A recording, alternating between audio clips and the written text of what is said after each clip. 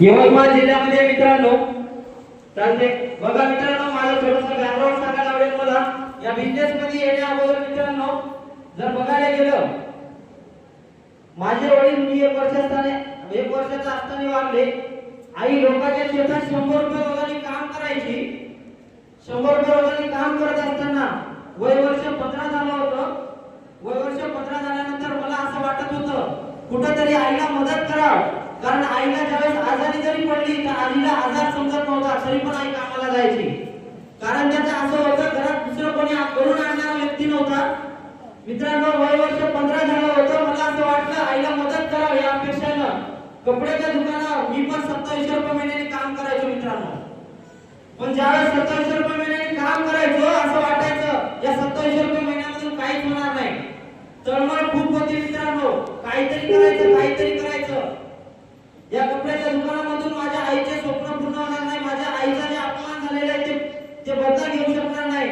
तर खरंच त्या व्यक्तीला धन्यवाद म्हणाल, ज्या व्यक्तीने मला हा व्यवसाय दाखवला, या व्यवसायामध्ये टिकवलं आणि इथपर्यंत आणलं. असे माझे गुरु, महागुरु, माझ्यासाठी आज देवरूपी व्यक्ती म्हणायला गेले चालेल मित्रांनो. असे देवरूपी व्यक्तीचं नाव घ्यायला मिस्टर भिराजी निंबोळे सर यांना कोटी मदत करतो मित्रांनो. लहानपणी आयुष्यात संघर्षाचा प्रवास सुरू झाला मित्रांनो.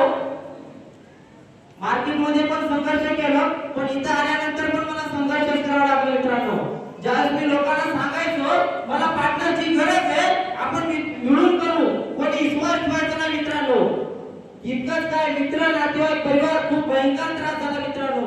त्यासाठी एक वाक्य नक्की बोलेल मित्रांनो, ना संघर्ष ना तकलीफ तो क्या मजा है जीने में, ना संघर्ष ना तकलीफ तो क्या मजा है जीने में, जब बड़े बड़े तूफान भी थम जाते हैं, जब आग लगी हो सीने में, जब आग लगी हो सीने में.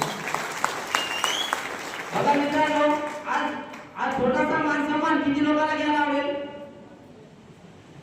कोणालाच आवडत नाही. या प्रत्येकाला वाटते ना जसा माझा मान सन्मान झाला तसा तुमचा पण व्हायला पाहिजे.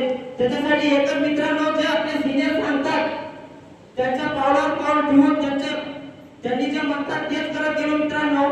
असे भिराजी निंबोळे सरला पुन्हा एकदा वंदन करतो. त्यानंतर मला नेहमी फोनवर का म्हणा मोटिवेट करतात, सांगतात, टार्गेट काय असतात ते समजून सांगतात.